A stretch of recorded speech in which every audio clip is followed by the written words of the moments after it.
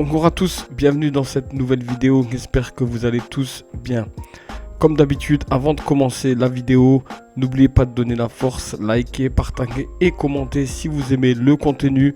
Un petit pouce bleu et un abonnement si ce n'est pas déjà fait, c'est gratuit et ça m'aide beaucoup pour le référencement et l'algorithme YouTube pour la vidéo et également pour la chaîne. J'en profite également comme toujours pour faire une petite pub pour ma marque BeFirst Boxing. BeFirst Boxing est une marque française qui développe de l'équipement et du textile de boxe pour vous accompagner tant dans vos activités sportives quotidiennes que sur le ring et lors de vos entraînements. N'hésitez pas à vous rendre sur le site befirstboxing.fr, je répète befirstboxing.fr pour voir tout ce que nous vous proposons. Dans quelques jours, le site sera mis à jour. On attend la commande du fournisseur, comme je disais dans la dernière vidéo. Et il y aura pas mal de nouveautés. Sur le même site, nous avons également un blog où nous mettons principalement toutes les infos de boxe anglaise ainsi que les nouveautés de la marque et nos partenariats. On met aussi sur ce blog, lorsque cela est possible, en version numérique, tout ce que je dis en vidéo sur la chaîne YouTube. Ceci étant dit, on commence tout de suite la vidéo.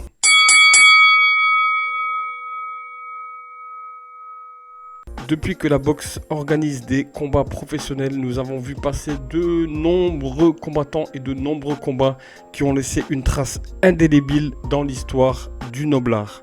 La nuit du 30 décembre 1949 au Madison Square Garden a donné lieu à un choc extraordinaire entre Rocky Marciano et Carmine Vingo, un combat qui aurait pu tourner au drame pour un des deux combattants. Fort heureusement, tout s'est plus ou moins bien terminé.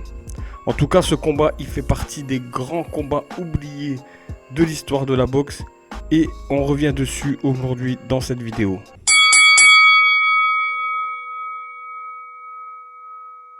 Devant une foule de près de 10 000 personnes, Rocky Marciano à l'époque avait 24 combats, 0 défaite.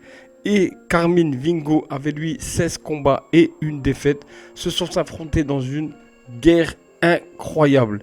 Ils se sont rendus coup pour coup. Marciano l'a décrit plus tard comme le combat le plus difficile de sa carrière. On rentre tout de suite dans le vif du sujet du combat.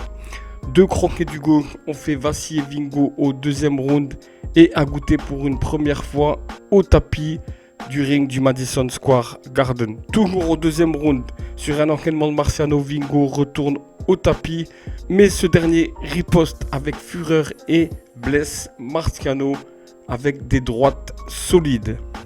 Troisième et dernier voyage au tapis pour Vingo au sixième round sur un magnifique uppercut de Marciano. Mais en tombant, Vingo s'est cogné violemment la tête sur le ring et demeuré inconscient. Il a brièvement repris conscience mais est retombé immédiatement. Après une vingtaine de minutes et sans ambulance disponible, Vingo a été placé sur une civière et a été transporté dans un hôpital voisin. Vingo a survécu. Il a eu une hémorragie cérébrale. Lorsqu'il s'est réveillé, il était paralysé du côté gauche et sa vision était affectée dans les deux yeux. Après ce combat, il n'a plus jamais boxé. Alors il faut savoir que Rocky Marciano était dans un état de stress total. Il a prié pour la vie de Vingo et n'a pas reboxé, il n'a pas repris sa carrière, il n'a pas repris les combats avant que ce dernier, Vingo, se remette de ses blessures. Vingo est mort le 2 juin 2015 à l'âge de 85 ans. Il a fini avec un palmarès de 18 combats, 16 victoires et 2 défaites, dont la dernière qui aurait pu vraiment se terminer beaucoup plus mal. Voilà pour l'histoire de ce combat. J'aime bien parler de l'histoire des combats, de l'histoire des boxeurs.